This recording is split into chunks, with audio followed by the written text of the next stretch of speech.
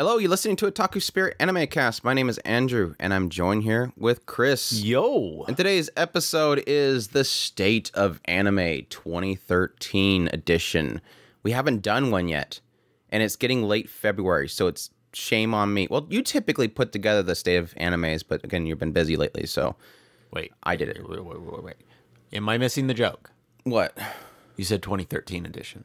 Yeah, because it's 2013 right now. Is it? And you state Where are you, the State of Andrew? Anime. Where are you, Andrew? Where am I at? Yeah, you're at home, right? Right. Okay. Where is home? Here? It's 2013. It's 2023, not 2013. Did I say 2013? Yes, you did. I thought I said 2023. I thought you were going for a joke. I was watching you for that joke. I wanted that punchline. Because you know what happened in 2013, right? Anime crashed, and it's crashing again. Wow, good way to start the podcast. So how are you, Chris? I'm You totally mooted my joke earlier about the fact that you usually set this stuff up, and I don't. Yeah, I had to set it up. Yeah, that's the thing. I'm actually kind of excited. I have made a massive... Oh, are you announcing this now? Are you going to get I'm people's announcing hopes it. up? I'm Are you hoping getting people's hopes up? We have successfully gained 5,000 Patreon supporters, and we now are able to have Chris full time. I'm just joking. That's eventually we can get there. But no, honestly, everybody knows I've picked up a second job, and kind of really has restricted me. But it's not going to work out to do that. It's already really taxing on me, and so I have made a massive decision to go full-time on one of the jobs, and I'm going to probably be letting the other one at least slide to Which really sucks, because I know how much that means to Chris. Yeah, it's a passion project. It's like me doing this. It's like I'm not getting paid really enough to survive, but it's something I want to do. Yeah, I really wanted to do that, but I have an excellent career opportunity on this other side, and they have offered it to me, and so I'm going to take it. Downside is it's going to be a massive hit on my income, but hopefully, like I said, it's a career opportunity, so I should be able to move in. But the nice side benefit is I should be coming back to you guys a little bit more, so that's a thumbs up.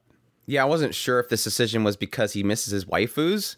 I absolutely miss my wife. He misses. And besides, everybody has look. This is the truth of the matter. Everybody really wants me to watch Onimai, so I quit the other job so that I could go watch Onimai. Just so y'all know.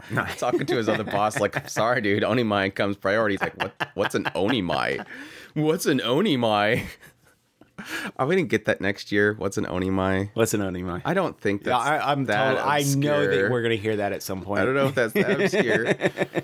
But yeah, that's good news, mainly because I do want Chris to be a part of this whole thing, and it was kind of crushing me over the last few weeks having like us. At least he was getting time to sit down with me and do a recording, but it's like there's one aspect of like I feel bad for Chris because I mentioned something, he's like, I haven't watched that, or he feels bad because he hasn't been able to watch things.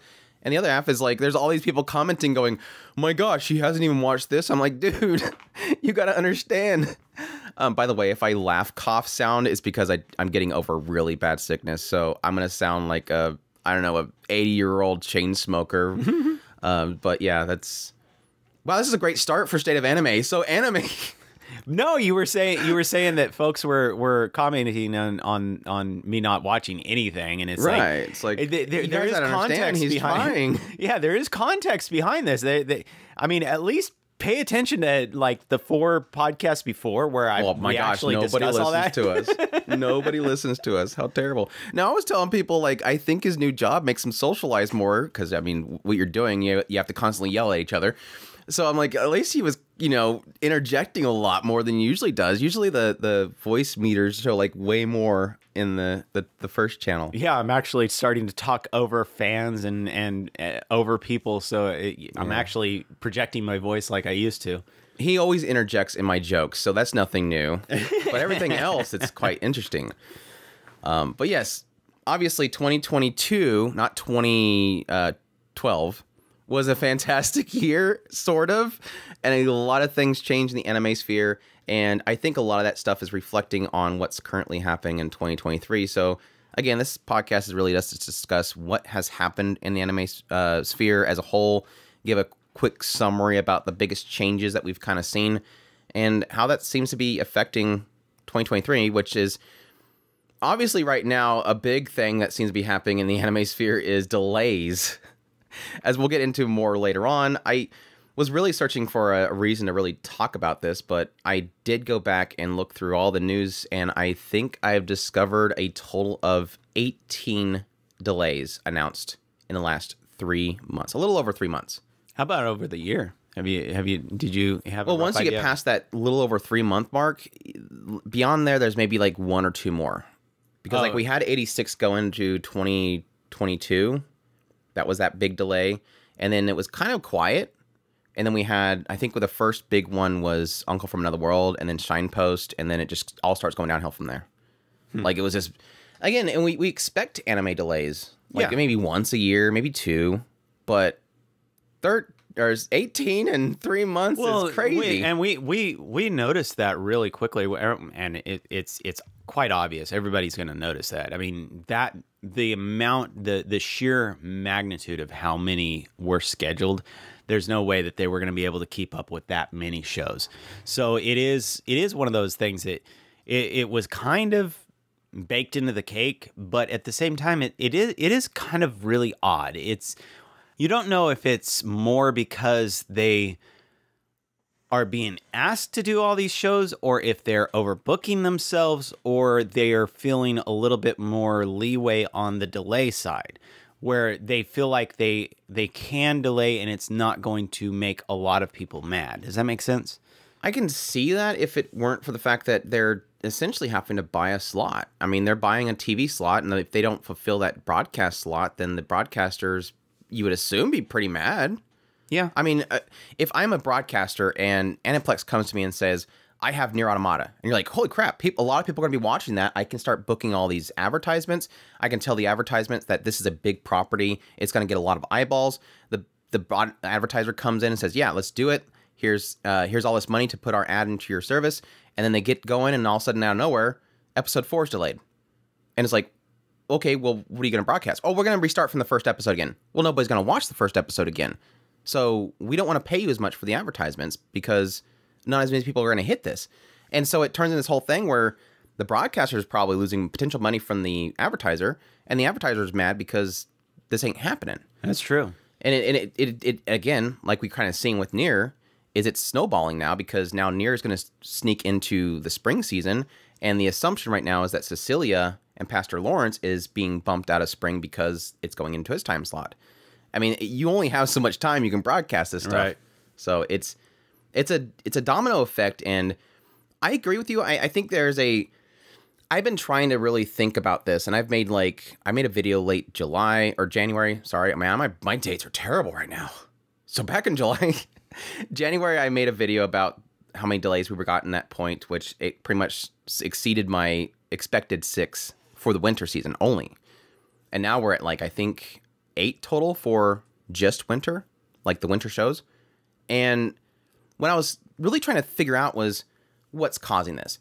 The obvious cause is these companies are pumping out tons of shows because they want to make some sort of profit from them. They want to kick out as many shows as possible. The question mark is why? We've always had the mindset that anime is an advertisement, right? The first and foremost priority is to make an anime to advertise something. It's typically source material. That's why we get the joke of the source material bait. They make an anime to advertise a manga. They don't make much from the anime itself. It's actually probably a net loss. The profit is from people going, oh, I like this show. Let me go buy the manga. That is literally 99.9% profit when they produce a manga. It's such cheap, thin, people don't know in America, when you buy a manga, that's some really good paper. Compared to Japan, which is, from what I understand, is literally newspaper paper. It's really super thin. It's very cheap. They make this stuff crazy and super cheap, enough to make tons of profit. That's what they want you to buy. And then it goes beyond that. When they have good voice actresses, they go on stage performances. You get stage performances of the actual show itself. You get music CDs. You get figures. You get all this other stuff outside of the anime. The anime is just the initial push. And I think that's changing right now. My current theory, and I have nothing to back this, is I wonder how much of this massive amount of influx of shows, because nobody's watching all these shows. There's no way in hell, besides somebody like me that does this full time, I'm barely keeping up. Of course, I am technically working because I'm making videos every day, and the videos take a certain amount of time to produce and put together. I'm doing Mushoku Mondays. But my free time that I have, I'm not able to keep up with 66 shows or something like that? Full-length shows. And so my theory is that nobody's watching all these shows. I'm wondering if they're purposely making these, because what currently is injecting a lot of money into the anime industry? The government. No, okay, that probably too. No, the streaming services. That thought had crossed. I was between the two. Because there Netflix could be some sort of tax break or something like that with government, I'm sure, but I haven't dug into that stuff either. Well, that was where, I mean, I know that there was a kind of a reinvigoration of Cool Japan. Was it the thing where they were trying to get the streaming services, and they were or not the streaming service, they're trying to break the pirating, and at the same time they were trying to give a alternative. I do know that the Japanese government is very interested in exporting exporting anime and stuff like that. Yeah, it's one of their biggest profiting things in their state anymore, because again, they're not big on electronics or anything anymore. That's a manga, anime, light novels is really big for them right now. And so you've got between the two, that and the how much Netflix kind of changed the way the industry is looking. That all of that kind of colliding together in this weird kind of influx. I agree. I think that it is kind of just, or it's kind of that. Another thing that I had thought about is how much do you think is the difference between live action? How do you believe that live action's kind of dipping a little bit in activity? And because that's one thing that, because of the fact that we're not following live action as much, it's hard to kind of gauge how the live action side of these things is kind of shifting. Yeah, live action is kind of the normie stuff in Japan, and the anime is the not. And it's like with things like One Piece and Demon Slayer selling insane amount of tickets in Japan. It's like things like, I don't know, another Rurouni Kenshin live action, which is, I usually only hear about it when it's something like Rurouni Kenshin or something, and it sells like blockbusters. I mean, in Japan, it is selling like crazy. Well, when the otaku, when something on the otaku side kind of catches their attention, and so there gets a little bit of buzz, then it bleeds over onto the anime side. Then we notice it. It's not that we're opposed to noticing it. It's just that that's when it comes into our attention. So, but not necessarily just otaku centric stuff, because there's a lot of J dramas and K dramas and stuff like that. That stuff right there is what I'm talking about. Just the general normal shows that they would watch. Do you suppose that there's probably a dip in the amount of content they're getting? And that could be, and they're trying to they're fitting in the broadcast slots with that stuff. But again, like I guess my major point there is the only thing I really have to go by is those statistics from AGA. And when you look at AGA, you have this, at least from a point of the anime market itself, just strictly anime, what anime itself makes. It's literally overseas distribution of these shows, which is basically licensing the stuff out. And yes, you could also argue it is a lot of things like, you know, a big movie like Brawly or Demon Slayer, Mugen Train, something like that is going to be a huge influx in that. But it's literally, it has surpassed everything else that the anime industry market is making. It doesn't account for manga, how much manga is sold based on those shows. It doesn't go by light novel or anything like that. It's just strictly, you know, CD sales, Blu-rays, broadcasting, and then, yes, versus overseas distribution. And so that's what my mindset immediately goes to is, are they just pumping this stuff out so that Crunchyroll comes to them and says, okay, well, here's 200,000 for that first episode. Cha-ching. That's a lot of money, like right off the bat. Like you haven't even started and you already got a check in the bank.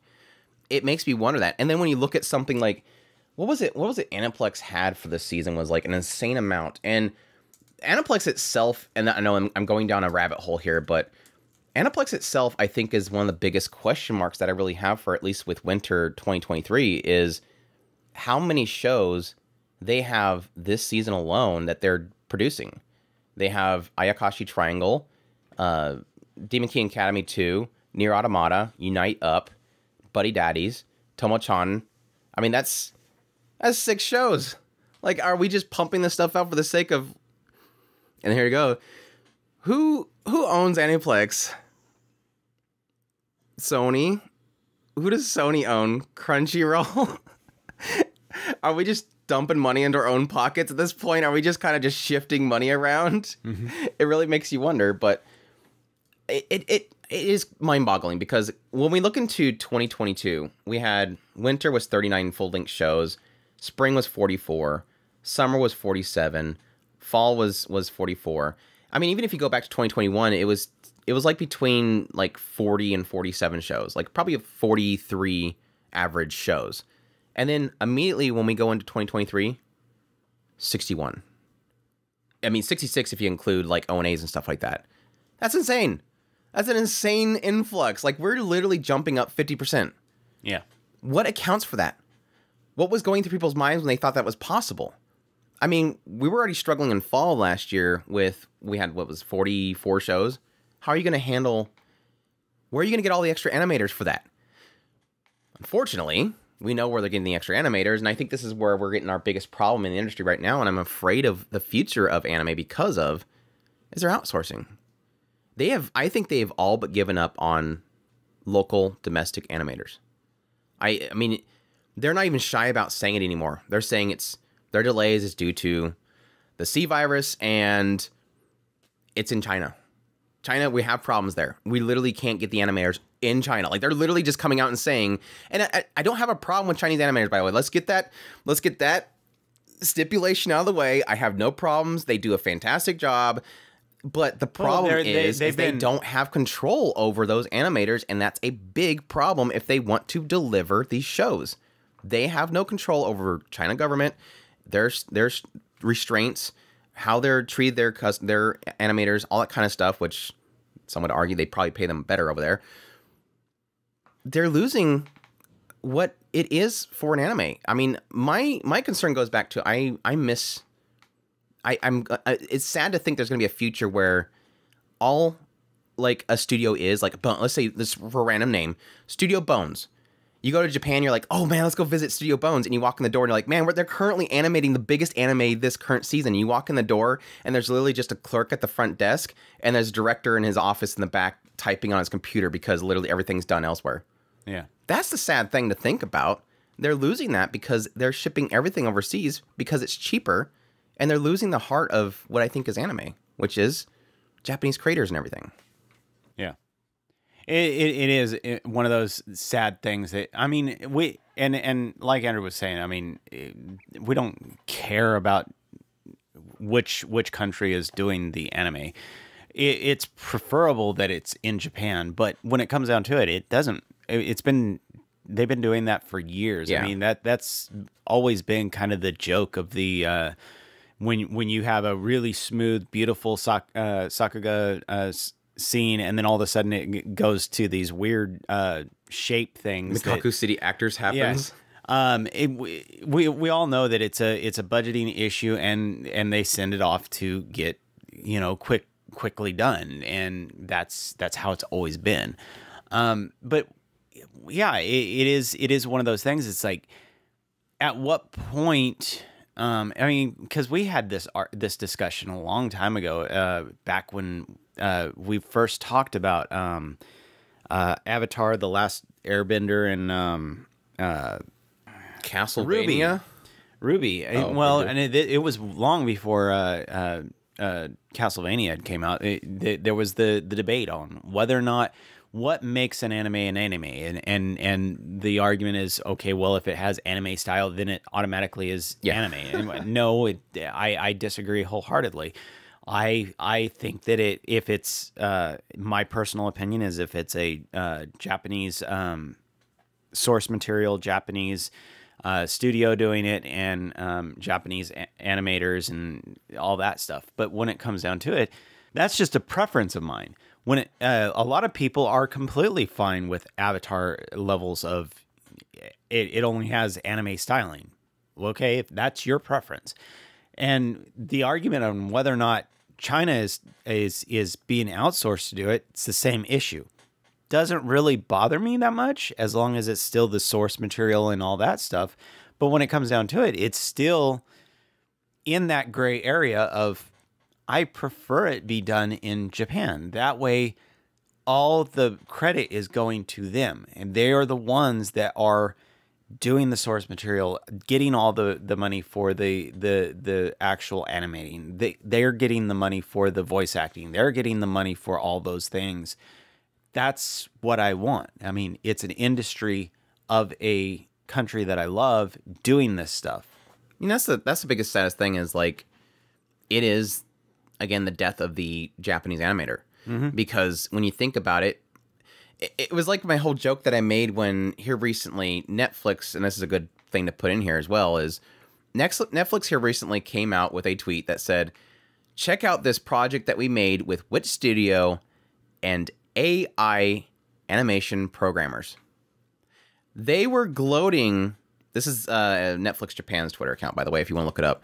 They were gloating that they essentially made this entire short about this dog and this human.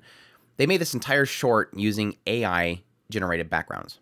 Now, they still had somebody do the rough sketch of the background. The AI then picked it up and then kind of did its own thing with it. And then they had a human look at it again to make sure that it didn't vomit out, I don't know, a monstrosity.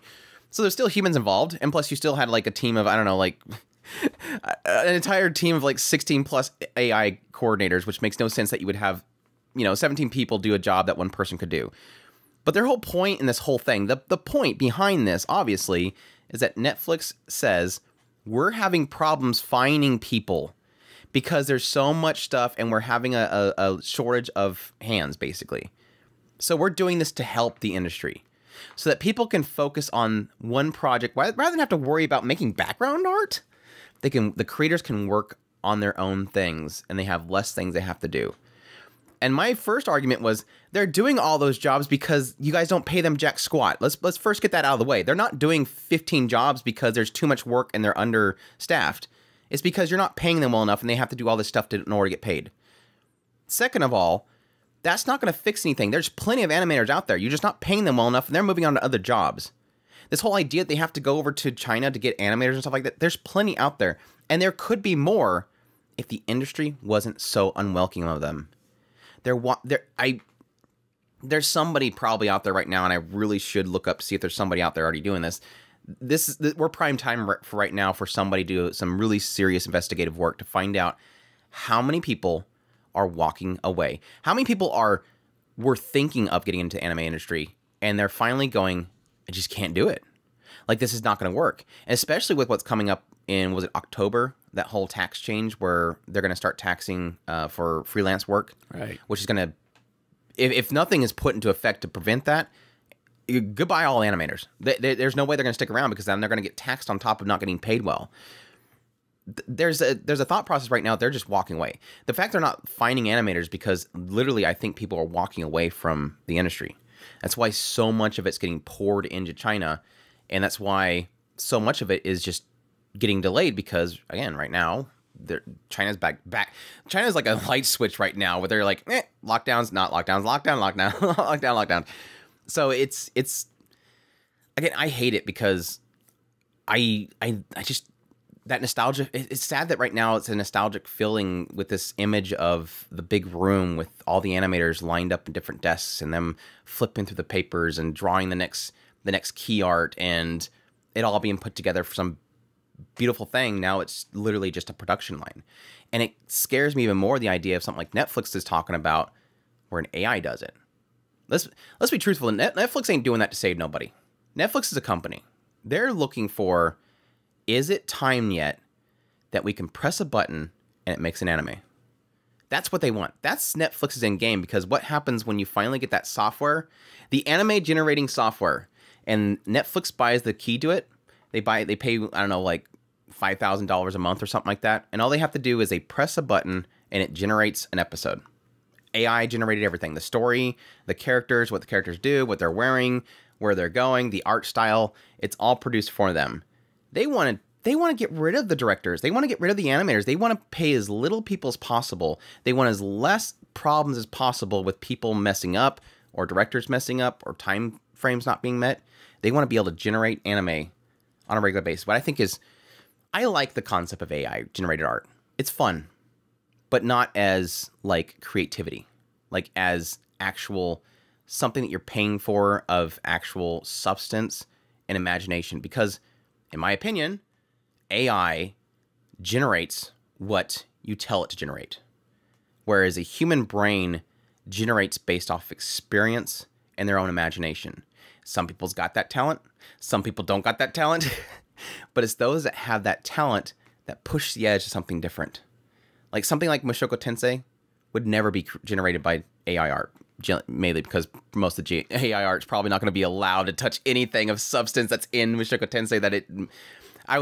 This next Mushoku Monday is going to be very heavy because it's just, which is technically before this being posted. This week's was getting into the subject about, you know, taking somebody's life, and it was so heavy. It was so emotional for me, and it's touching such a heavy subject that AI is probably not going to be allowed to touch. It's going to be so restricted about what it's going to get into. I'm getting on a super side tangent, by the way. But Netflix, stop.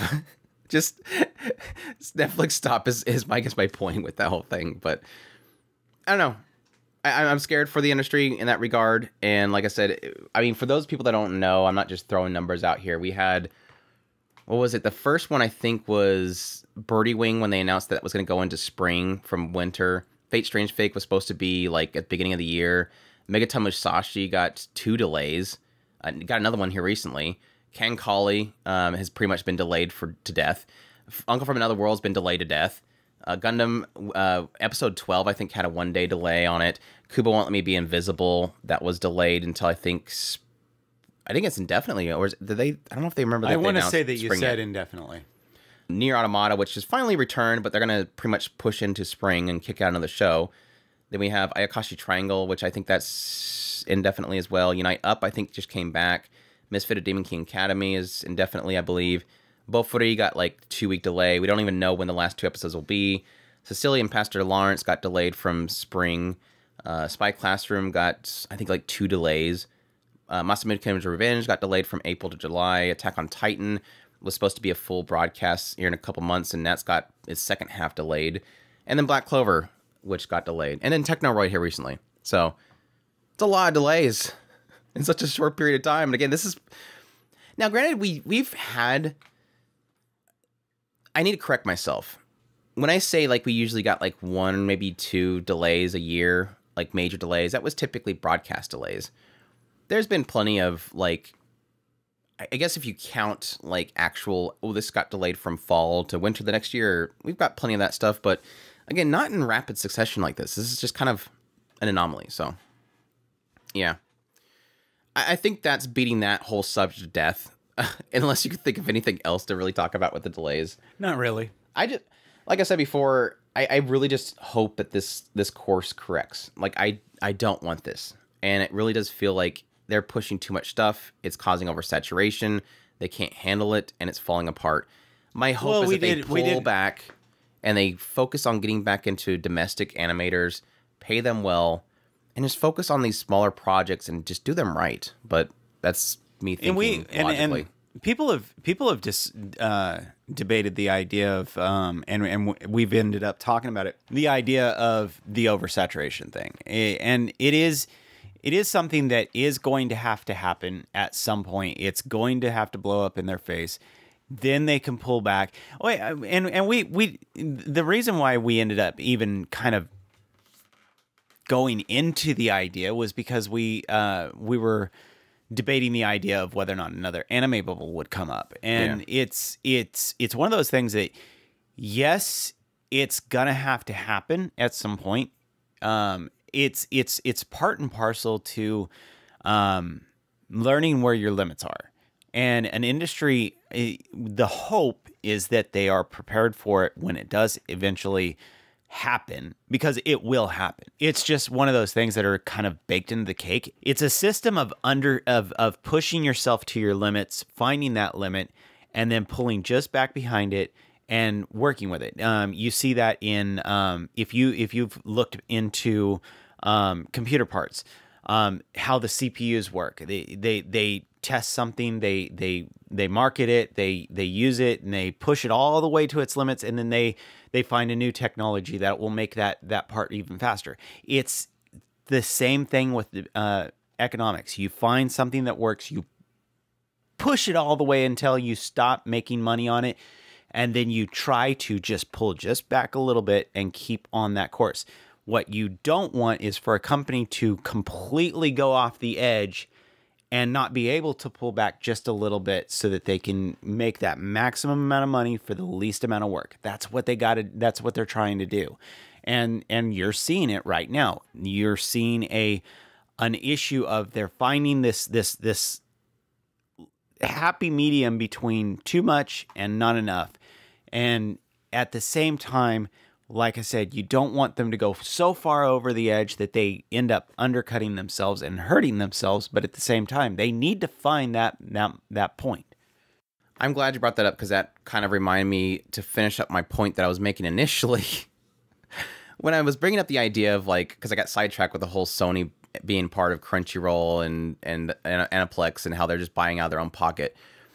One big point that I made in a video that I recorded, I never posted it, was the scary thing about this whole thing, and the reason why I was getting into that whole aspect of them producing a crap ton of anime just to get overseas to license it, just to make a bunch of money really, really quickly, is that is technically a profit area, because they no longer alone are making anime to advertise source material and thus selling the source material that makes them a lot more money, getting revenue outside of the anime, and the anime being an advertisement. They are now making a lot of money just selling the licenses overseas. The scary thing is that my one theory I have is they're producing so much because they have the expectation that overseas is going to license it. I hope they're not doing that, because eventually, overseas is not going to license everything. Right now, they're trying to keep the attention to anime. They're trying to bump up the attention. So they're licensing everything. And Crunchyroll is still in the mindset of competing with groups like Netflix, Disney, and HiDive. Eventually, it's going to come to a point where there's only one company. Or it's going to come to that point where there's only that one company feels like they have enough. That they have enough of the subscribers and the attention, that they are the platform to come to. And then what's going to happen then? They're going to stop licensing all 60 plus shows every single season. It's going to come to that point. I guarantee you, when HiDive falls and when Disney gets bored of anime, I know they're going to eventually. Right now they're getting into it, but I know eventually they're going to get bored of it. I know a lot of their focus is Southeast Asia. Netflix and Amazon did it. Yeah. I mean, they got bored. It's big and they got bored. Eventually, they're going to get bored. And then Crunchyroll is going to go, we're good. Everybody's going to come to us if they want anime. And then what's going to turn into is every season, we're going to be wondering which shows will Crunchyroll actually pick up this season. And you're going to find that unless it's the big shonens, they're not going to pick it up. And then anime industry, if you're banking on them buying all 60 of these titles, no matter how garbage it is, you're going to lose. They're not going to license it, and you're going to fall apart. And that's my biggest fear right now. Because let's be honest, it is psychotic how many shows they pick up. You should expect that at least 10 of these shows are not picked up by some sort of streaming service. But they're all getting picked up. Immoral Guild was like the only big one last season that was like, why did nobody pick this up? Well, you know why they didn't pick it up, but it's finally picked up. They're picking up everything, and it's nuts that they're picking up everything. There's going to come a time where they stop. And I think that's going to be a big push in the face when that happens, if that's what Japan is expecting, and that's what these producers are expecting, and that's why they're pumping out so many shows. Because don't worry, Crunchyroll will pick it up, and they'll give us $200 some thousand per episode, and we're gonna make massive bank. Just put a show together, make it move a little bit, just enough to get it out there. We'll get in tons there, and then we'll make the rest of the profits elsewhere with CDs and stuff like that. That's a bad mindset to be in, because again, it's eventually going to blow up in their faces. And that's the big wonder that I really have around that whole thing, is because it makes sense, but at the same time, it's a very dangerous road to go down. And that goes back to the whole gatekeeper thing. And that's why I've always been on about this, the fact that it's, until we find a way to get around that system, this is what we have to live with, because they have literally all the power right now. Yeah. That's why I like competition. The Disney was the last one that I'd want, and I hope that High Dive stays together, but there's a big question mark there. You guys have no clue how much at least I am. I assume you are hoping that High Dive makes it. My only hope that I have around Disney is that their focus isn't the U.S., which is their nasty brand, or their branch that wants to destroy everything, inappropriate. My only hope in Disney is that much of their focus in getting an anime is Southeast Asia. And I know Southeast Asia is be like, what are you doing to this anime? Like, don't touch this stuff. You're not going to censor this stuff. This is what we want. But yeah. Speaking of High Dive, they've been through crazy ton this last year, and things aren't looking too good for them recently, which I hope is not a bad sign. Of course, for those who don't know, High Dive, which is Sentai Filmworks, they have been pretty much our competitor ever since. Well, I mean, they were a competitor before, Sony and Crunchyroll merged and everything, but they got bought up by AMC. And I was like, that sounds pretty cool. I mean, I'm all for that. Of course, we had that old joke going on where maybe AMC just buying High Dive just so that Sony buys it from them for a lot of money, like they did Crunchyroll, which is never going to happen.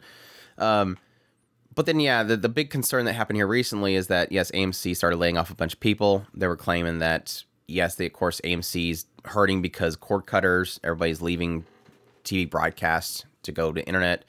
And AMC just was trying to find something VOD-related, streaming, that they can kind of subsidize. And that was, High Dive was one of that projects they were doing.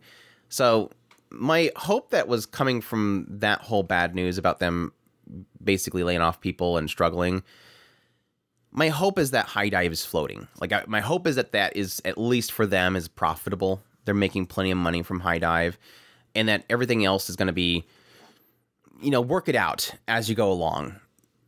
And then, yes, there's still the concern that they're probably just waiting for somebody to buy them out, and they'll be good from that point on. But yeah, with recent news of them dropping licenses, I don't know anymore. I mean, a lot of people speculate that, or at least there's a lot of people keeping track of stuff's falling off their catalog. Old stuff, by the way, which, yes, all licenses have to be renewed. No company, no lawyer with a right mind is going to sell the license to a product without having some sort of expiration date on it. I mean, remember Harmony Gold? Macross? They don't mess around with this kind of stuff no more. So they're making it very strict about how long you have the licenses. And of course, over time, High Dive will have a title that'll expire, and then they have to re-up that license. Well, if there's stuff dropping off their catalog, either they're having a glitch in their system a lot, or they're coming to that point where AMC goes, yeah, what are you guys doing here? Oh, we're renewing all these licenses, so we got to keep Clannad on our platform and stuff. And they're going, no, nobody watches that, right? I mean, it's an old title. Let's be perfectly honest. A lot of the older titles in a platform is probably not going to get many views. I mean, it's nice to have it there, but the idea is that eventually it's going to fall off. People aren't going to be watching it. There's no point in keeping it on the catalog. And I think High Dive through AMC is probably cutting corners by not re-upping licenses, which does lead me to believe that it's more probably an AMC problem than a High Dive problem. But it's still a sign that this platform is kind of, fortunately, slowly dwindling away. I think they're still holding up in the current market, because I mean, we're still getting, I think they picked up Helk for, I believe, 2 seasons out or something like that. So they're still licensing stuff. Of course, who knows how long ago they actually signed up for that one, but I want them to keep going, honestly. I do still, even though it got bought up by AMC, I still think that High Dive is a better option of the mix. I mean, if I had the choice between Disney with its problems, or High Dive, who's just recently picked up Immoral Guild. I'll pick up High Dive. When we were first discussing the idea of AMC buying High Dive, it was like, me personally, I'm fine with it. They're only marginally better than Disney, and it's like but I mean, there's no denying the fact that AMC now technically High Dive now technically has access to deep pockets. The only problem is it's the cold, unfeeling beast that is a corporation. No matter how you look at it, that's what it is. And corporations are not big on happy feels on whatever is working. They care about, what's that bottom line? Is that making me money? If it's not making me money, get it off. Get it out of here. Yeah. And that's, I think, a lot of why you have the cut cost of the, is this license making me money? Get it out. Is this license going to make me money? Then you can buy it. If it's not going to make me money, I don't want it. Now, your directors and your when I say directors, I'm talking about from the business standpoint, not the creators. The people, the managers, the license people who are acquirers of the licenses, they probably have a little bit of leeway, which is why you have the shows that are kind of not necessarily going to make them a lot of money. They are the passion projects. They get that kind of leeway sometimes. So that's why you're going to see some like Immoral Guild. Maybe he made a good argument, for the person who acquired that made a good argument of, no, this one will make money because there is enough demand out there that is not your standard the mass group. You have the ones who like this stuff but are not on the outward in appearance. Let's give it a try, and then they can take that gamble. But yeah, Taku Spirit keeps talking about this show. We should get it. My hope is always that they listen to me. It took them too long, but they got the stickered version, so they obviously weren't listening to me. So, yeah, that's a big fail from me. But still, it's a good show, so you still should watch it. But no, I again, like I said, I want them to kind of correct course. I hope. And now the big thing that I keep hearing from certain people, not to name names or anything, is that High Dive is prime for being picked up by Sony. Not going to happen. I have been saying this for a long... I mean, anything could happen. Let's be perfectly honest. Anything can happen. But there is just way too high of a probability that they would never buy them. First of all, let's remember, Sony just spent billions on buying Crunchyroll. They are in the pot. Like, in the negative billions. It's not that they spent that money and it went right back into their own pocket. That money went into negative. They have to make those billions back now. And that's why they're making Crunchyroll push hard so they can make that billion back. They don't have like this unlimited wallet and they're going to go, okay, well, what next company to buy? Let's look in our bank. How much more money we have? Oh, we have negative billions. Let's make more negatives. They bought the biggest companies. They bought Funimation. They bought Crunchyroll. And I'm sorry, High Dive's not a big fish. No matter how you cut it, they're not Crunchyroll. They're not a big fish. They're not going to go out of their way to buy High Dive. Now, if High Dive is up for sale for pennies on the dollar, heck yeah, Sony's going to buy them. But the point is right now is that they don't have the money to, nor do they have the necessity to, because I would believe in Crunchyroll's eyes, High Dive's not a competition. No, they're not picking up the big shonens. And that's the big key thing to remember. If High Dive had big shonens, like currently the only big shonen they have right now is what, maybe Danmachi, if you want to call that a big shonen. They don't have One Piece. They don't have Dragon Ball. They don't have Demon Slayer. They don't have Chainsaw Man. They don't have the big, if you look at on Mal and you look at the ones that have like millions of members, they don't have those shows. They don't have Attack on Titan. They are a small fish. They're picking up shows that I absolutely adore, but they're not the big They're the mass scraps. market stuff. They're the scraps that are getting left behind. I wouldn't even say the scraps, but it's just the stuff that the major market's not looking at. They're getting things like Made in Abyss, which is literally one of the biggest shows out there, but they're not the ones that the overall broader market of all I watch is Naruto and One Piece. That market's not seeing it. This is, I kind of am in the middle area. I think that you're hard. This is the argument I made a long time ago. You're not listening to your core fans. Who are the people who are signing up to Crunchyroll, and then the argument for who are signing up for Funimation. The people who are paying attention to the stuff that High Dive is picking up are the core fans. Huh? They're the big fans. I would say the High Dive is the big fans. Yeah, they're the hardcore. They want to see everything that might be different. Yeah. And the people who they think they're marketing to is the Naruto watchers. Now, you can make money off of those people. Those are the people who are probably watching the dubs. That's why those are the shows that are guaranteed to get the dubs. Your hardcore fans are the ones that are watching the shows that Crunchyroll is putting up there, but they're not actually actively going after. High Dive is grabbing the stuff that the really truly hardcore people are.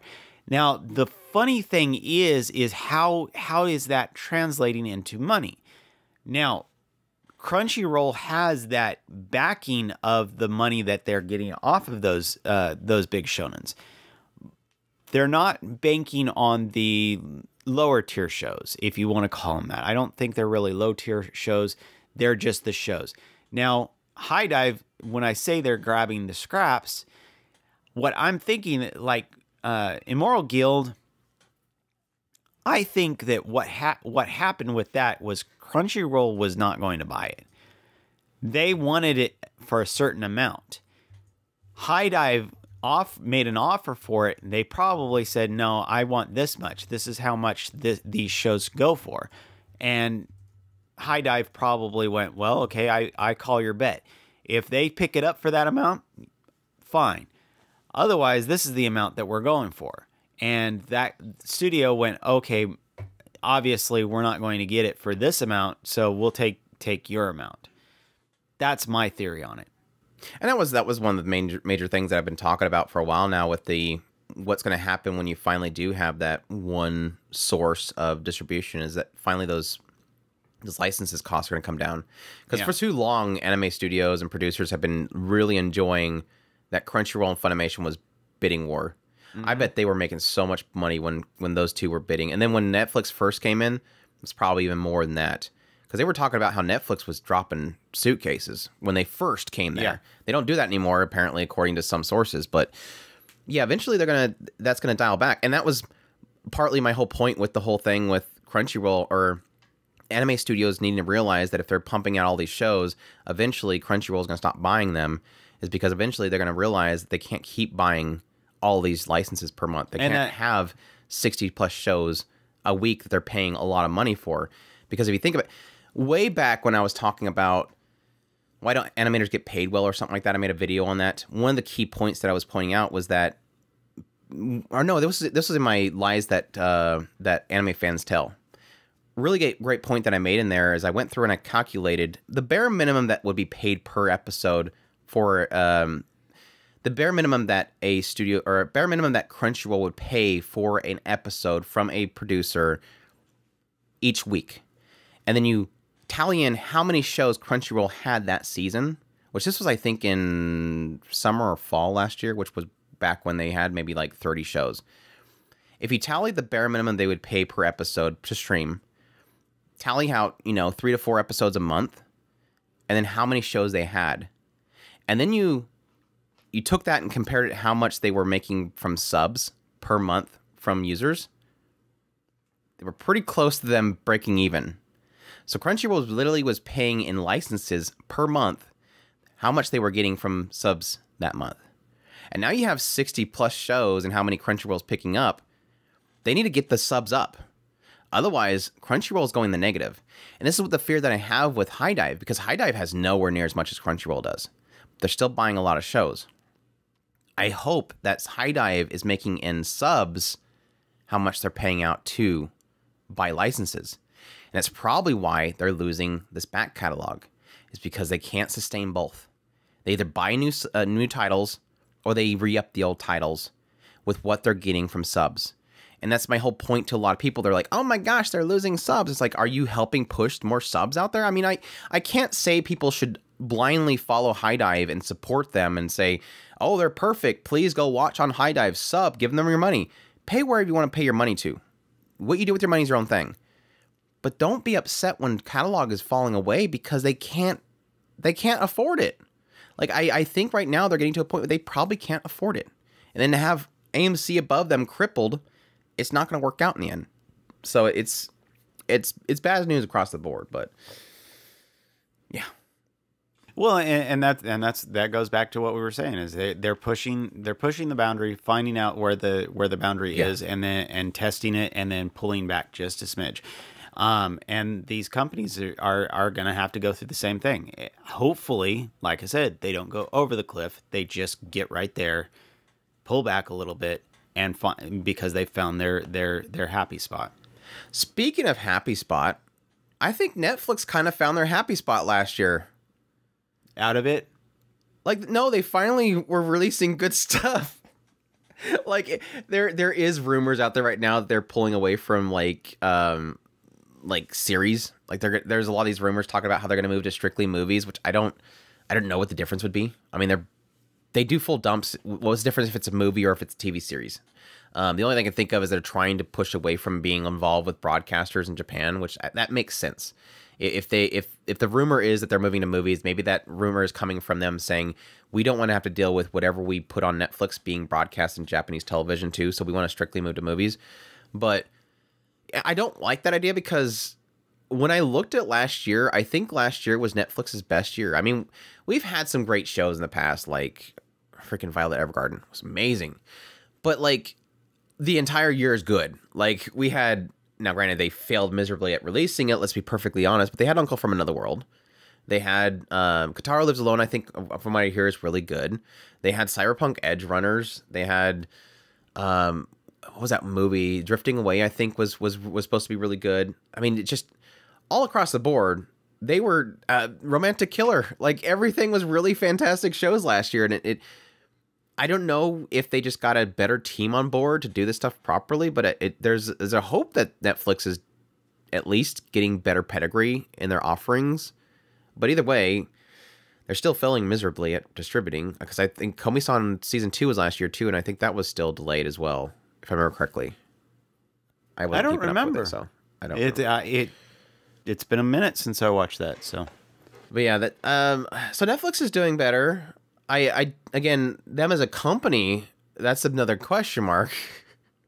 Again, the whole AI generated stuff and the password sharing crap that they quote unquote leaked at some point, that they said, oh, that wasn't supposed to be out there. But at least their anime offering was really good. So all the credit to them, I guess. But no, obviously the last year, the biggest shock I think over the last year in the anime sphere was obviously Disney getting involved. I mean, it started with them announcing that they picked up, I would think it was actually before 2022 when they announced that they were going to pick up like Summertime Render and stuff. Yeah, I think it was previous year. But yeah, they want to get Summertime Render and a bunch of stuff like that. And that was the worst, because Disney didn't do any sort of broadcast outside of Japan for those titles. I think Australia got picked up on Summertime Render a lot quicker than everybody else. I think we only recently got Summertime Render in Hulu, I believe, here, like over the last couple months. So it took over a year for us to finally get it over. Well, not over a year, but half a year at least to get it over here, which is really dumb. Of course, I watched it through other means, but for the rest of the hype that it managed to kill with that whole distribution kind of sucked. But no, obviously the biggest news around Disney was that we had a long period of time where everybody was wondering where the most anticipated returning show was going to be broadcast, which was Bleach. And finally, I thought you were excited about your other show, but we're still talking about Disney. Yeah, Your other show was on Disney too. I can't think of the name. Summertime Render? Yeah. I just got done talking about that. Stop looking at your... He's getting sidetracked by his phone. It's fine. I'm just joking. But no, Bleach. Stupid phone. I hate you. Phone. Bleach was crazy because that was like, what, a week before it was going to broadcast, if I remember correctly. It was like, everybody's wondering where the hell this thing is at. And it was an obvious sign that was a bid war happening for it. And apparently Disney, with its gigantic pockets, won. I hope it was profitable for them because I'm sure they spent a lot of money on it. And a lot of people watched it somehow. I wonder. I really do want to know. And this is just, from everything that I'm seeing, it seemed like an oddity. Bleach is an oddity because there's two markets for Bleach. There's the super fans that they've read the manga. They know how it ends. They're just watching it now just to see it animated. They already know how, and I know that that's a large group of people because when I went to go do impressions videos, it literally is just my comments full of spoilers because everybody knows the ending. And it's like, shoot guys, I want to watch this. Like I'm the other side. I'm the ones over here where they watch the show until it ended and then they stop and then they're like, oh crap, it's coming back. I can continue watching it. The type that didn't actually jump right into the manga. And so that makes me really wonder, like, with the aspect of the drop-off period, like, you know, people only watch anime for so long and then they kind of get bored of it and they step away from the industry and they may come back. It's been so long, I wonder how many people are still here. And then those that are still here, they're like, oh yeah, I'm, you know, now I don't watch anime anymore, but then I'm flipping through Disney Plus and then suddenly I see Bleach and I go, oh, Bleach is back? And they go watch Bleach and like, holy crap, it's Bleach. This is my childhood right here. It's like that mixture of there with me wondering, plus the aspect of a lot of people not liking Disney getting involved with anime, how many people pirated it. It all, like, all of these culminating, the drop off of the anime industry, those that already read the manga, those that don't like Disney get involved with an anime, those that just don't care anymore. That culmination, how many views did Disney even get for that? We debated this idea of Bleach, how Bleach, because the anomaly, if you want to talk about an anomaly, I agree with Andrew 100%. Bleach is in a world of its own because, like he said, all these culminating factors all together make Bleach this kind of weird thing that we just kind of want to know all the inner workings of this. Why did Disney pick this up? Of all the shows for Disney to pick up, why Bleach? Yes, it's a major title. I'm not going to deny that, but it's a major title from 10 years ago. Yeah, I mean, I remember more than that, probably like 14. Yeah, this is back in the days when we were pirating. I was picking up and reading. When I stopped, I went and found the raw or this raw scanlations. I was big into Bleach. I was massive into it. That was way back. I don't even think Crunchyroll was still a pirating site back then. That's how long ago Bleach was when it was in its high life. But yeah, to bring it when we come into this new time frame, who in the hardcore otaku sphere are really going to know Bleach is coming back? I know what's coming up. But at the same time, and I was super hype about it. The problem is it's right there in this weird place where I'm not going to say that we may have went to other places to get it, but at the same time, we had to go to other places to get it because a certain company that is supposed to be putting it out there is not putting it out there. Well, okay. The people, your target audience is going to other places to get this. You did something wrong. You big time stubbed your own toe on that. I know that for a fact. One of the reasons why it took so long for the announcement of who picked it up is me personally, my prediction, and this is not stated anywhere. My prediction is that Disney said, here's a check, write down the number, and they were like, all right, sorry, Crunchyroll. They're going to get the whole... Not only did they get 1,000 Year Blood War, they got the old catalog. Like, Crunchyroll dropped all the previous episodes. Right. They lost all of it. Disney got all of it. And my thought that process there was that when they dropped that check down, they said, we want it, write down the number. They said, all right, but I want to say that they believed, Disney, you have a problem. What's the problem? Here's a check. Write down the number. There's no problem here. We just give you money and you do what you say. That's how Disney works. What are you doing in my office? But then they said, no, we have one other stipulation we want to put in this contract. You have to simulcast it. We're not doing this crap like Summertime Render. Everybody has to be able to watch this show. We're not doing this thing where you hold it for weeks on end. We're not doing this thing like Summertime Render where you hold it for 6 months. You're going to simulcast it. And they did. They had to do it, and they did it. And this is literally, I think, the first time we really actually had Disney Plus do a simulcast of an anime. And that's a big deal. And I think it took a company going, no, you don't understand. This is Bleach. You're going to simulcast it. If you don't, people are going to send us death threats. People are going to send us the hate because we let you have it. And so I really do honestly believe that was part of the contract, is that you have to simulcast this. Crunchyroll can do it. We'll take less and make sure that it gets out there if that's the case. I don't think like a lot of people think, and this isn't a hate to those that made this big campaign to simulcast Bleach or whatever. I don't think it's because people had it trending on Twitter. I think people put way too much weight on something trending on Twitter. But I do believe it at least let them know. It at least let them know that this is important, and it reminded them. But in the end, it happened. And I think that was important for Bleach to actually survive. But yeah, again, going back to what we talked about earlier, I want to see those numbers. I want to see, because they paid a lot. No doubt in my mind they paid a lot. But did it make the numbers they wanted to is a big question mark. And I think I think the reason why Disney went that route is because I think it's a big shonen name. They can't get One Piece. They can't get Naruto. I mean, they could. They can go in there and they can buy it up from somebody else unless there's an exclusivity from not being able to buy out from the renew. But it is a big shonen. It's enough to invigorate Disney as a anime platform. And now you see them getting in with Kodansha. And now they got Tokyo Revengers. Now they're simulcasting Tokyo Revengers. And then it goes into these new titles coming up that are all Kodansha related that is going to be injecting into Disney as exclusives. They've started it.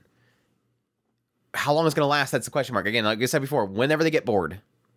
Yeah, and that's what sucks is if there was ever a company that could really profit off of the anime market, it would be Disney. Yeah. And I'm being dead serious. Yes. Ghibli? Anybody? Huh? Ghibli, anybody?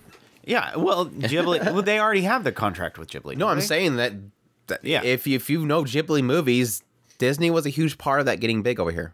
When you go across the anime sphere, you have a lot of shows that are really geared towards this. I mean, yeah, there is a lot of adult type shows, but really, in all actuality, it's not like Disney can't balance it. And they differentiate themselves because they have Hulu. If you want an adult show, it's on Hulu. If it's a kids show, it'll be on Disney Plus. Yeah, they have that differentiation, at least in the US. Everywhere else they don't care. Like if you go to like apparently in Australia you can watch Summertime Render on Disney Plus. They don't care. Here we have to make sure that we know that the Disney Plus is for the kids. It's Marvel movies and kids shows. Then we have Hulu, which is adult stuff. Yeah, Disney's never been opposed to adult content.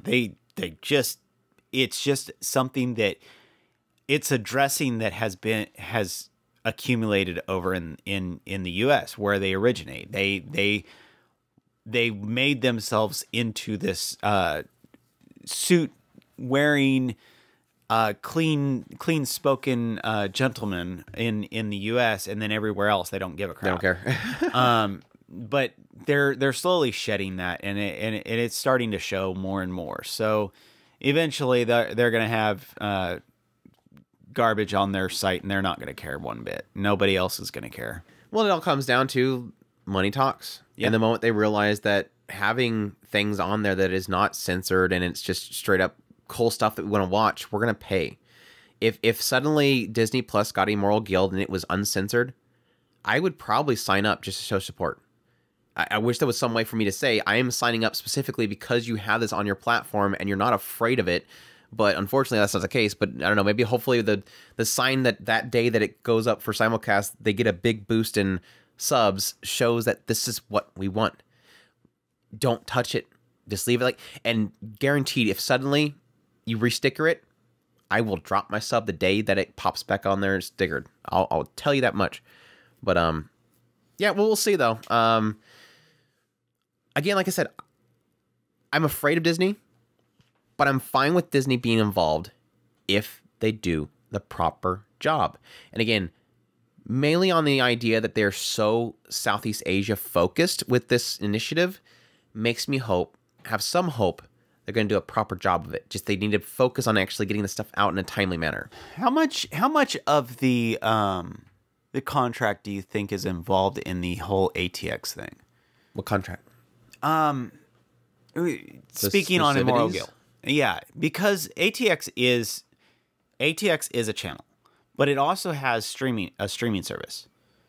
And I wonder how much of the whole censoring issue is because of the fact that the streaming service ATX is holding out exclusivity to the streaming services everywhere else.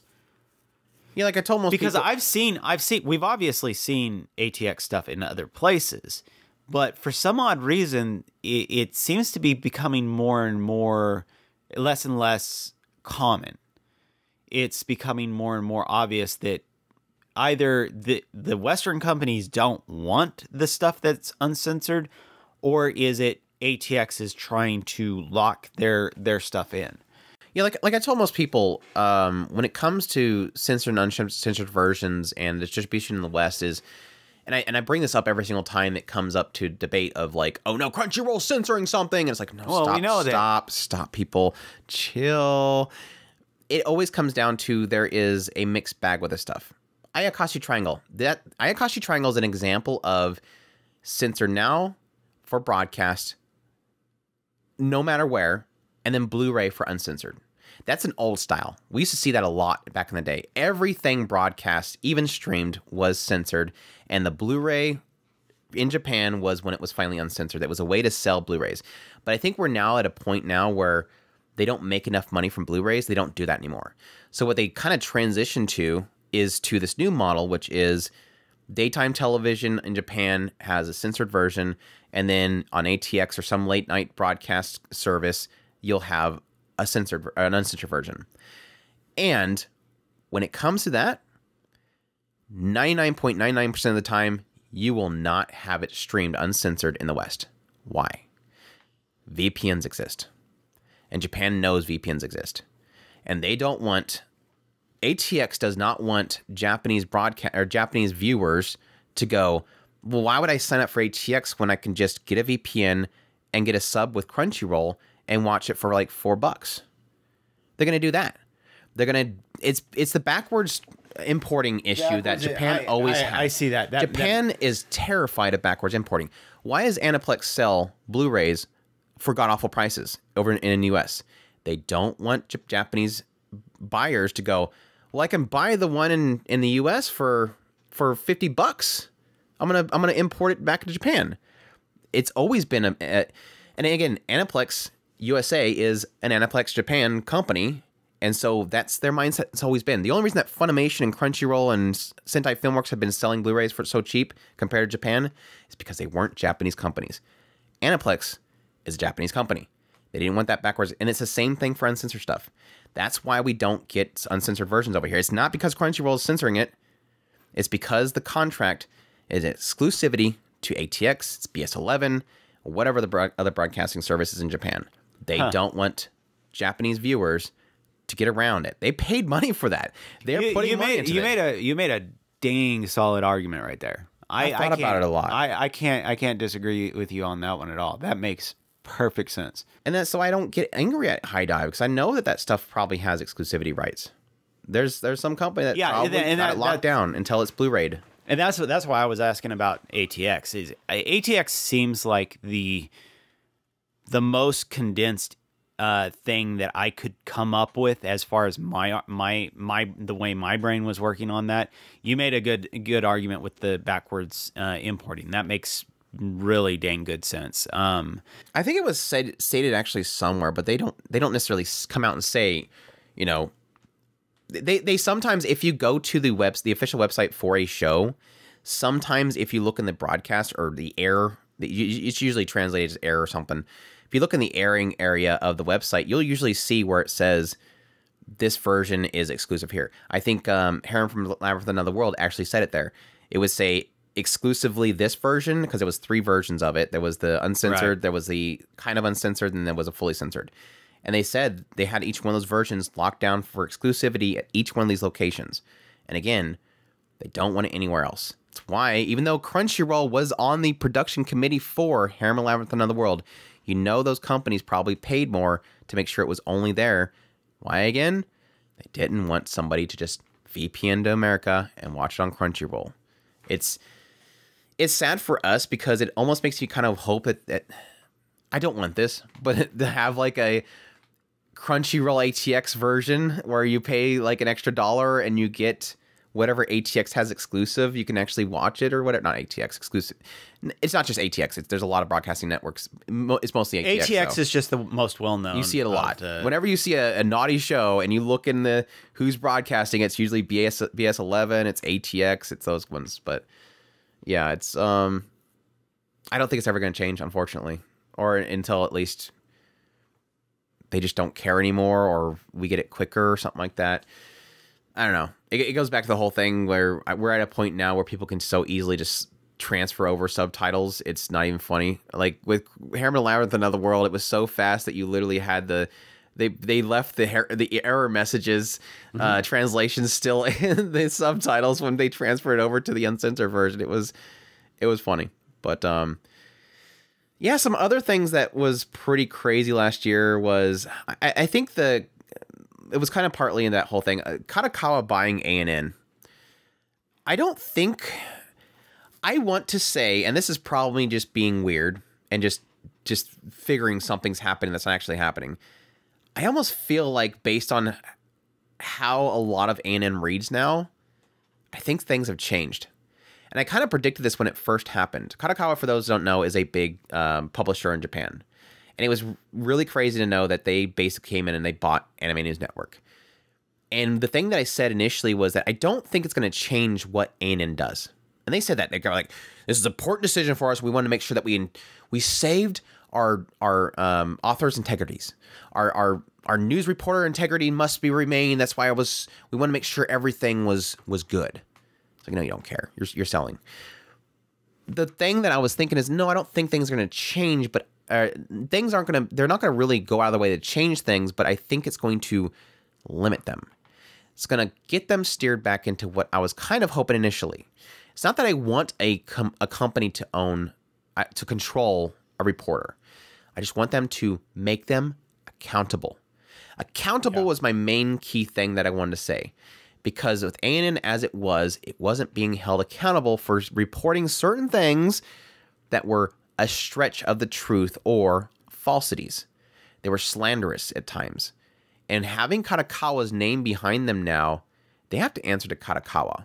And I almost feel like that's the case because I've seen a couple of reportings here recently over the last like 3 months or so that I realized I normally would go, oh man, they're talking about this again. I click on it and I look there and go, oh, wow.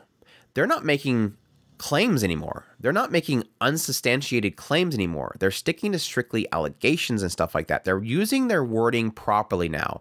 They're no longer stating things as truths, but just stating the facts and not going out of the way to hide other facts. They're definitely changing how they word things.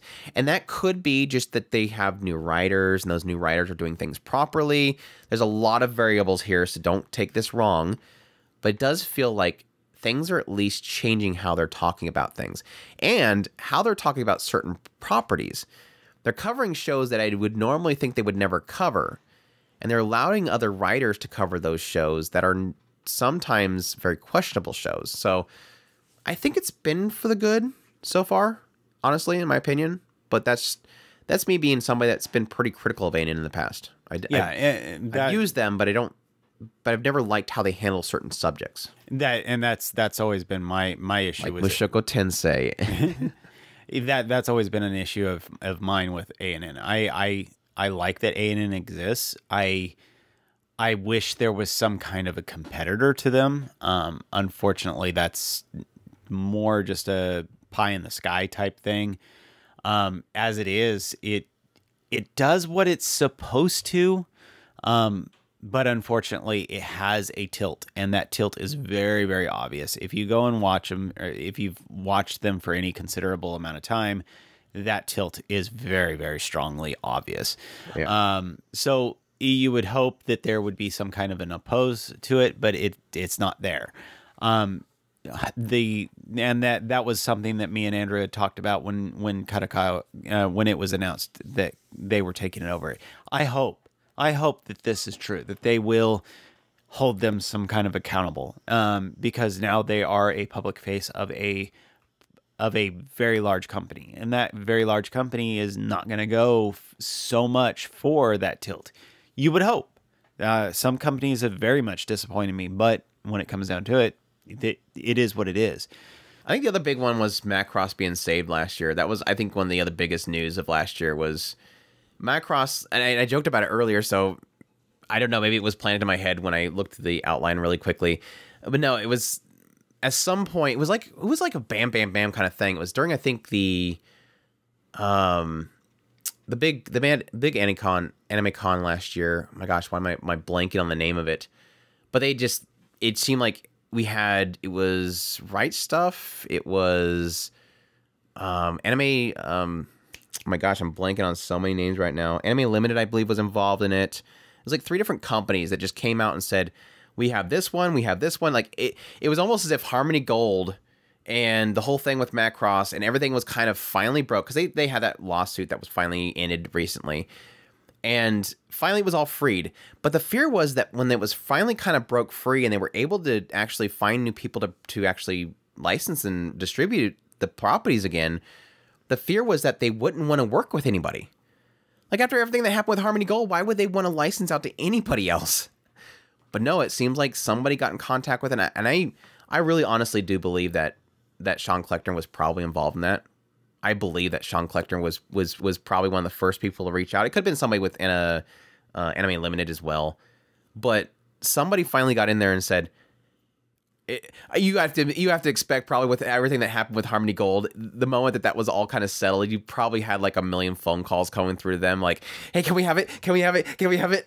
But thankfully they said yes. And it seemed like they kind of went through multiple people and said, okay, distribute this one. Because it seemed like it was bam, bam, bam, bam. Every single one of them that we've been waiting for so long to be distributed over here on Blu-ray and stuff, it's finally happening. So super excited for that. I'm supposedly getting the ones from Right Stuff eventually whenever they do release, so I'll be able to do reviews on those ones, but it's super exciting. It's not that I claim that Macross is the most amazing thing ever. There's a huge fandom for it, obviously. I haven't really watched really much of any of it, just because, again, it's not been ever legally available. But I want it. I just want it for the fans. I want it to be something that can finally have an existence in the West, and it's never really been having that, so it's nothing but good news. And I really do. It was one of the most exciting moments that I've really experienced in the last year of rescue licenses. So, I mean, that and the fact that Netflix got Monster. I mean, it's like out of nowhere, suddenly all these titles that have been just gone forever suddenly appear in certain sources. It's like, well, yeah, we're finally actually saving all these things that have been pretty much doomed to never exist ever again. Yeah. Monster was a big one too, because Monster was like, I think Sean Kleckner himself said that there was some sort of something behind the scenes that made it impossible to get. Yeah. But I think that happened because Netflix Japan went directly to the broadcaster and got it from them or something like that. So we'll see. That's exciting stuff. I can't wait for that to come out. I need to go look up to see when that's supposed to come out. It seemed like they contacted me about it and it got announced, and then crickets. So, and then, yeah, that technically the other big news of last year was that, yeah, Sony bought Right Stuff. And so maybe that's why there's crickets. I don't know. They're still contacting me. We're still in communication. I just re-signed up for their partnership programs and stuff, so they're still existing. But yeah, the buyout of Right Stuff was crazy. And of course, here recently, Sean Kleckner announced his retirement, so he's walked away from it, and we'll see what he plans to do. There's still the big growing theory that Sean Kleckner sold Right Stuff. You know, all power to him. Congratulations, Sean Kleckner. Super proud of him. He built that empire. I'm super saddened because I really do feel like he was the heart of it. Like everything that Right Stuff was because it was Sean Kleckner. He made it. He built it. He was the heart of it. He's a geek. He's a dork. And he was what made that company what it is. And it really does feel like it's now lost its heart. But I hope that he's going off into something else that maybe he sticks in the industry. That's one of those things that I kind of wonder if he just seen the writing on the wall. Probably.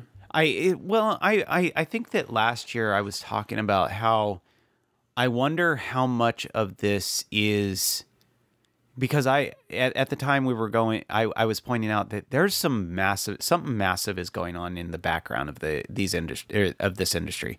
It's massive. I don't know what it is. I can't put my finger on it, but something is happening. And now you're seeing these wild shifts all over the place, and it's becoming more and more obvious what I wish I knew what it is that's happening, but something is happening. I know it is. And it's I wonder if things like Sean Kleckner is another one of those kind of more smaller signs, but a sign something is happening. And I think that he probably seen the writing on the wall, and he's like, I got to clean my hands of this. I could see somebody, I could see Peter Payne popping up and saying, you know what, see you later. And it's like, wait, whoa. No, I'm not saying that Peter Payne's going to do this. I'm just saying it's similar to that. It's something is going on in the background. I wish I knew what it was, and I can't wait until somebody does this big old massive reveal all of, hey, this is what's actually going on. Because at this point, all we can do is just speculate. I have my suspicions of what's happening, but it is what it is. It's just suspicions. It's frustrating that we don't have anything that's concrete, that's right in front of our face that we can go, no, that's it. It's exactly that right there. Yeah, I think the big telling sign was it was the big gut punch of the whole situation is that when the moment that Right Stuff was bought by Sony, obviously this is something they've been planning for a long time. But it really felt like, oh, now we're doing this big anniversary sell everything, big sell on hentai stuff and everything like that. And then suddenly out of nowhere, it's like, oh, by the way, we got bought out and buy all naughty stuff. Can't have that on here anymore because Sony owns this company now. And we can't have naughty stuff on here, even though we literally have Crunchyroll over here that has things like my girlfriend is the student council president, which has just full on high schoolers naked and doing inappropriate things. We can't have any of this other stuff though, even though it's behind actual, agree that you are 18 plus and all that kind of stuff and all these different walls. Suddenly we're just like, oh no, we can't have this stuff on this. Ew. But it was interesting that they kind of transitioned all that stuff to another website. And my prediction at that time was that it was probably somebody that was very well entrenched into Right Stuff that has ownership of that property. And my other theory was that there's a possibility that Sean Kleckner has a control of that. But I think my biggest concern really is around that whole sellout is that of course, Sean Kleckner went to Right Stuff or Crunchyroll and hopefully helped them out with figuring out how to actually function an e-commerce site because Crunchyroll's service has kind of always been questionable. But I think the biggest sad thing about him finally leaving is that, like I said before, there was so much more to him to the industry than just Right Stuff. He was this dork that had passion for what he was doing. And it's something you don't see anymore. Case in point, what happened with Arya? He did exactly what I wanted somebody to do with that property. It had been so long. I used to have tons of wallpaper of Arya. I loved it. I never really watched much of it. And then finally, when they did the whole project with it, I support it fully. I just dumped money in that sucker. I even got the art book. Because you know why? I knew Sean Kleckner was involved. And I knew what he had a habit of doing was looking for every possible scrap that he can get his hands on. And he did exactly that. And he made a book out of pretty much all the art I absolutely love of that franchise. And they did a proper job of putting it together and making the Blu-ray release and everything. It was a gorgeous release. Did the same thing with everything else they've kind of followed up with that. Shoot, with the whole thing with Zetsuba Sensei. I would have to assume that he greenlit having this lady sit there and put down all of the references from every single frame of that show, which is a ton, by the way, because again, this is Shaft. This is pre-Monogatari series. This is when they crafted the Monogatari style is in Zetsuba Sensei. And every frame is a reference on the wall or the chalkboard, and she literally put all that into this gigantic book, and it came free with the Blu-ray. That's the stuff you don't see in the fandom anymore, or in the industry anymore. That's passion.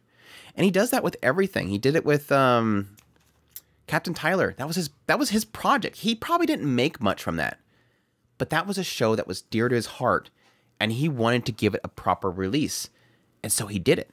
He stepped out there, and he got on a video and told the world, I'm a dork.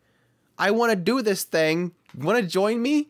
You don't have Rahul or whatever from Crunchyroll coming out there and saying, hey guys, we want to do something with anime. You want to join us?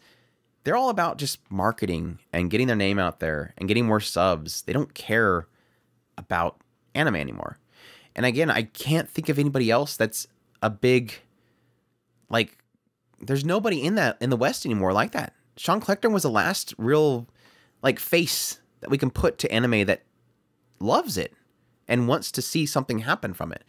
That's why it breaks my heart so much seeing him leave. Like, he's getting up there in age. I mean, he's not a young buck anymore, but so my assumption is that he's going to retire from all the money he's making from that sale. Hopefully it made him some good money. I would hope so too. I hope that he's successful from it, but I mean that you would want you want a company, or you want somebody like that to be rewarded for their hard work. Yeah. And he worked very hard. And yeah, like from the beginning, just like Peter Payne, just from the beginning, hitting it. That was kind of the thing that I was trying to push in our interview with Peter Payne, was like, you know, what are you gonna do next? Like, are you gonna push over here? I mean, can you be the next right stuff or whatever? But it really did feel like he was still trying to maintain certain, and not to say that he was censoring himself, but I just didn't want to push it too much, because it almost felt like he was trying to avoid saying certain things about certain companies, because I'm like, I kind of want Peter Payne to kind of come over and push that too, or at least give us a bigger open avenue or something like that, or at least push back. But I think the reason why Peter Payne is kind of in a safety zone versus something like Sean Kleckner, which is, I can see Sean Kleckner seeing some sort of writing on the wall in the West, especially having quote unquote inappropriate stuff on their platforms. There's a lot of companies right now that are getting literally cut off from certain finances because of having inappropriate stuff. The big safety thing that obviously Peter Payne has is that he's in Japan, but that doesn't mean that he can continue to always get, you know, transactions. Well, eventually transactions will probably get cut off. Yeah, it's one issue versus another issue. I mean, he's safe from some of the issues in the West, but like Andrew was saying, he probably has to kind of save face on, or allow companies to save face on the Japanese side. He has a whole different slew of issues that he has to deal with over there. Yeah, he just has to make sure to always word it as stress relievers. Obviously, stress relievers. Is that all of my notes? I think we covered pretty much everything. Oh, trends. The one thing that I noticed when I was looking at trends last year is that we had, in 2022, we actually had a dip of 5 isekais over the year span. It went from 24 isekais to 19 isekais. So everybody claims that anime is just full of isekais. It would actually dip down. So you're wrong. We did see an increase of 7 overall ecchi shows, which is great. We almost doubled how many slice of life we got last year compared to 2021, which was great too. I loved, and especially last year, we had some really good slice of life, like really good ones. Bocchi the Rock, do it yourself. Just really good stuff. And we have seen the birth of the Otome game. Yes, we have seen that birth of the Otome game trend, and it is continuing into this year and into next season. It's the weirdest trend. It is such a weird and very specific thing. It's like specifically isekai to specifically Otome game to specifically the villainous. It's always the villainous too. It's never the main character for some reason. They just don't like the main character. The main character has to be the bad guy, obviously. I guess we did technically get the announcement of Join and how Cloverworks, Wit Studio, and Shueisha and Aniplex were coming together to make Join, which didn't do anything. But I haven't really heard anything on Join since the announcement, and with how everything's kind of falling apart, I don't think anything really is happening, so shrug at that. I think I've heard recently somebody criticizing Join for not really having done anything, and I don't doubt it, so we'll see. But that it. I think that's it. Do you have anything else? Did we cover everything? Did you have anything else with the state of anime? I haven't the slightest clue. I'm stupid. You're just not infused into it anymore. You're like, whatever. I don't care if it falls apart. But no, like I joked about last episode, the good thing about all these delays, these 16 delays. I've been calling for the 18. Crash. I've been calling for the crash 18? Of everything a long time ago. So you're calling for it? You want it? Yeah, I want a disruptor to destroy everything and then rebuild it from the ground off. The good thing is about the 17 delays, that means that you're not missing out on anything right now. All the shows in winter are just going to end up in spring. Like I said before, Chris doesn't have to worry about the fact that he's been so busy lately, because once he finally gets back on, in a good schedule again, he can just continue the winter season in spring. There you go. That's how it's going to happen. Or everything's going to be delayed out of spring so he can just go back and watch winter. I'm definitely going to, at least 3 shows that I am definitely catching up on. I got a Onimai, this stupid revenge, or not revenge, it's some revolution thing. And this stupid magical revolution, you call it my magical revolution? I don't know. I called it stupid because I can't think of the name. And then Bleach. I've got to watch Bleach. I have so got to watch Bleach because I believe a event that I was super. What about 80,000 gold? I'm already caught up. I'm already on that one. She's such a dork. I love her. Did you see the princess yet? Or was that yesterday? You haven't seen the princess yet. She's probably cute. Not. But anyways, that's the state of anime 2013 edition, right? Yes. 2023 edition. 2013 edition. Why don't you just put yourself back at 2003? You can just lose edit 2 decades. I'm going to go edit this, and I'm going to find out that I actually said 2023, and Chris is the one that completely derailed the entire thing, and now I'm making a joke about it afterwards, so... But hope you guys enjoyed this run through of everything that really is the big points of the last year, and of course our thoughts on how things are going in the future. I, as always, hope that things go well, but it's always good to have a little bit of caution so that you're ready for it if something does happen. Like I've said before, when I had a lot of disposable income, I stocked up on a lot of anime. So I'm ready for that moment that is crash so I can watch old stupid shows like Wandama Style or something like that. Random shows I have on my shelf.